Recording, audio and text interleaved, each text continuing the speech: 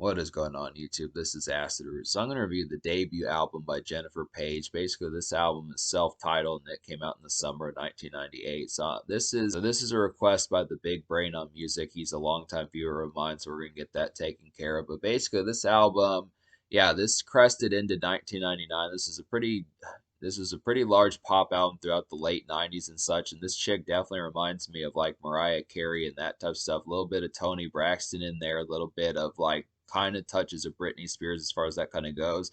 This definitely feels very 90s reminiscent. This is kind of the concept of getting that particular kind of fare as far as that kind of goes. But the lead single on here, Crush, was a top 3 single on the Billboard 100. Did a lot of damage, made a lot of noise. It just, some of these songs on this album really feel like credits that you would hear in like a 90s movie after you just got done watching a 90s movie, something like that. Definitely like the fare behind this has some really kind of central and just overall calming and ambient kind of vocals as far as that kind of goes. It's definitely like the pitch behind this particular record. It's just a good one in that sort of sense. But I would have to say a complaint I would have about this album is just like a complaint I would probably have about this album is just the fact that it doesn't have dance hits on the size of like Crush and Always You. But I would have to say that's a pretty standard complaint about pop albums from like the 90s. Mariah Carey had these same sorts of problems. Toni Braxton, folks like that, Mary J. Blige, they all kind of had those problems back in those days. 90s pop and R&B albums just kind of would only have like the large hit single, and then the other cuts would kind of anchor it as far as trying to get that. But this is a good project. It definitely did get past like the large massive success of Crush.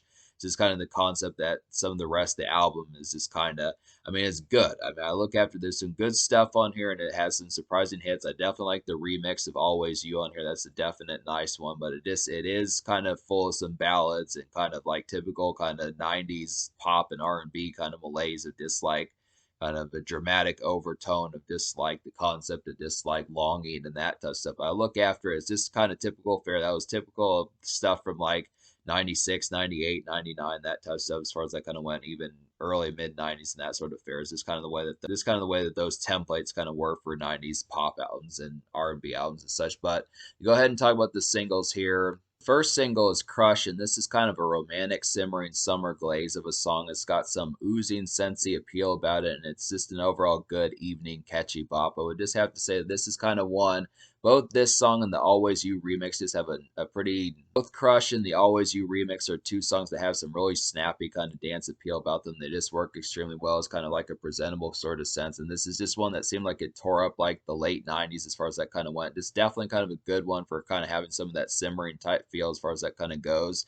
It's kind of one that has a lot of charisma. It's just a snappy single that just works extremely well. It's hooky, it's catchy, and just has that affable kind of vibe that just really connects and goes off pretty well. So it's just a good one to kind of get. But there's just not a ton of songs like Crush and Always You remix on here. This is definitely like I definitely think that Jennifer Page needed to make several more songs just on this sort of pitch as far as that kind of went, because this is just such a kinetic kind of hit. And it just kind of felt like it's easy to kind of say that Jennifer Page was kind of like a flash in the pan, but there are other good songs on here. It's just the concept that like so many pop albums and just R&B albums, this happened not just in the 90s but in the 2000s. In some cases, like it started to not happen as much in the 2010s, but it took a while for folks to realize that the tempo and like the snappy kind of pace, when that directly kind of changes, just kind of has like a different kind of pitch as far as the reception that kind of gets. But I just look after it. This is a really kind of syrupy kind of song, and this overall simmering kind of summer glaze of a song that just has a lot of charisma on there. This just works extremely well.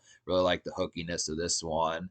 The second single is Sober. This is kind of a peppy hop and bop blue collar gleam of a song. I would say it's presentable and radio. It's a presentable radio ready gem for day commerce, I would say, and it's also a pretty good hangout song. So I would definitely feel like this is just kind of some of that makeshift kind of malaise that was typical of like 2000s R&B type fare, the sort of stuff that Rihanna or Kelly Clarkson would do, or even Avril Lavigne in some cases. This is just kind of an entry one for like that late 90s kind of fare as far as that kind of goes. Just a very kind of hop and bop type one, just very much casual kind of peppy kind of fare as far as that kind of goes. Just an easy kind of presentable one. This one's probably a little bit more presentable than Crush, where Crush was kind of more romantic and sensualized. I kind of feel like this one just a little bit more, not so much platonic, but just more casual in a sense, just kind of in a more peppy kind of regular kind of feel just for that sort of concept.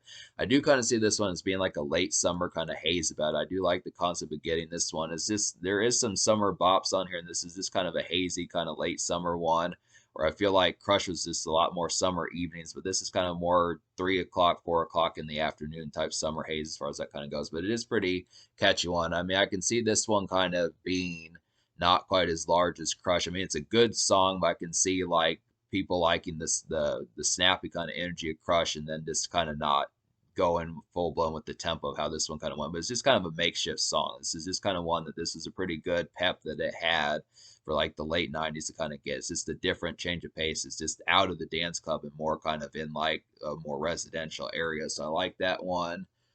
The third single is Always You, and this is another one that kind of changed the tempo a bit, but this one's kind of more of like a slow dance song. So I definitely like this one. Definitely have to recommend it. Always You, at least the original one, which I'm going to talk about the remix also, but Always You, the original, is kind of a deep romantic slow dance gem. I would say it's emphatic and works well, and this song kind of proves to have some good single variety in the songs as far as like the three ones on here, where you get kind of like a mid-tempo dance song in Crush. You get kind of a makeshift kind of pep with Sober, and then you get like a slow dance kind of song with Always. You get kind of like a slow dance song with Always You. So this is just kind of a good one for that sort of concept. Definitely like the flow of this one. It's just Always You is just kind of a slow dance and romantic one, just kind of in that haze of ambience as far as that kind of goes. Just a nice ambient one for that sort of concept. So those are the singles on this particular album. So talk about the rest of the songs I recommend on here. Talk about the rest of the songs I recommend on here. So out of 11 songs, there's 5 songs I recommend out of 11. So I'll go ahead and recommend those 5 songs. So they would be Crush, Sober, Always You Remix, which is the 11th song on here, Always You, the regular version of the song, and then Questions. So talk about some of these. Like, I'm going to go ahead and talk about Always You Remix. This is basically one of the best songs on the album. This is just an excellent remix, and there definitely need to be more songs like this and Crush on here. This is just kind of like 2 flashes in the pan that just really proved the exuberance of Jennifer Paige and showcased her kind of snappy songwriting that just definitely could have used some more jive like this. This was kind of a colossal shame that there were not more moments to kind of get you up and out your seat like these two. Always You Remix is a nice mid-tempo dance bop, and the jive has some bristle about it, I would definitely say. It's definitely a spark that'll get you going, and it's a good example of a pop remix, and it kind of gives some edge to it. So this is just a real nice one. Really like the kind of uppity kind of tempo of this particular one. It's just a nice bop as far as that's kind of concerned. But there's just not, yeah, like I was saying, there's just not songs like it much on here. But Crush and Always You Remix are a great 1-2 punch, I would say. And then Questions is kind of another song like Sober. So I would have to say that basically if you like the kind of makeshift pep of Sober, this is kind of another one where Questions is kind of some hazy Questions is kind of a hazy, ruminating cut for some summer malaise. I would say it's a light makeshift cut, but it also has a relaxation feel about it. So this is kind of one where it doesn't have to just be car after hours on the way home from work type stuff as far as like the makeshift kind of malaise of just day after hours, 4:30, 5:30 p.m. It can also be, I would also see this song kind of in the context of just like lazy Saturday afternoons and just kind of makeshift haze of just like late July, late August kind of atmospheres as far as some summer haze, as far as that kind of goes. So it's just good. It's just got a good kind of relaxed and kind of lackadaisical kind of feel about it as far as those kind of go. So that's a nice one. Talk about the other 6 songs I didn't enjoy on here. There's just a lot of kind of ballad-esque and just kind of more sluggish type songs on here that just didn't really fit the tempo of what was necessary. I definitely feel like, I definitely feel like Jennifer Paige struck gold and oil with songs like Crush and the Always You remix, but there needed to be more songs like that. And I kind of feel like some of these, like Let It Rain, I feel like songs like Between You and Me, Let It Rain, Just to Have You Somewhere Someday, just kind of had a lot more lazy kind of longing and ambience about them, just kind of in a more sluggish down tempo sense that just didn't quite have the connect that just didn't have the kinetic and kind of electric energy. Some of these just kind of felt like more drags to kind of full blown listen to. I mean, they did, I suppose they have their spark if you're just looking for more kind of homely music, just in a more sense of just relaxation and not quite to have some jive and up tempo-ness about it. But I do feel like there need to be a bigger balance. It just feels like the ratio of songs to the homely songs compared to like the more jive and bustle type songs is just overwhelmingly in the other way. And I just feel like, when I think pop music has to have a particular dance type vibe because pop music is always the type of genre that makes you dance and get up out your seat and that type of stuff. And when it doesn't, it just kind of comes off as more, pop music doesn't have jive. It kind of comes off as more of like house cleaning music and just overall kind of just lambent and kind of more tranquil music than more than it needs to. I just think that's kind of the cause of this. This kind of has like a more lambent kind of energy that just doesn't have the sheer full blown sparks. That's kind of the concept about it. But there was some jive on here. All three of the singles are great. There was the good remix that worked extremely well, and then Questions was a good follow up to Sober in terms of some of those contexts. So there were some ones on here. So I'm gonna give this album me liking 5 songs out of 11. I'm gonna give this album like a 5.5 out of 10. I feel like that's solid enough. It's kind of above average.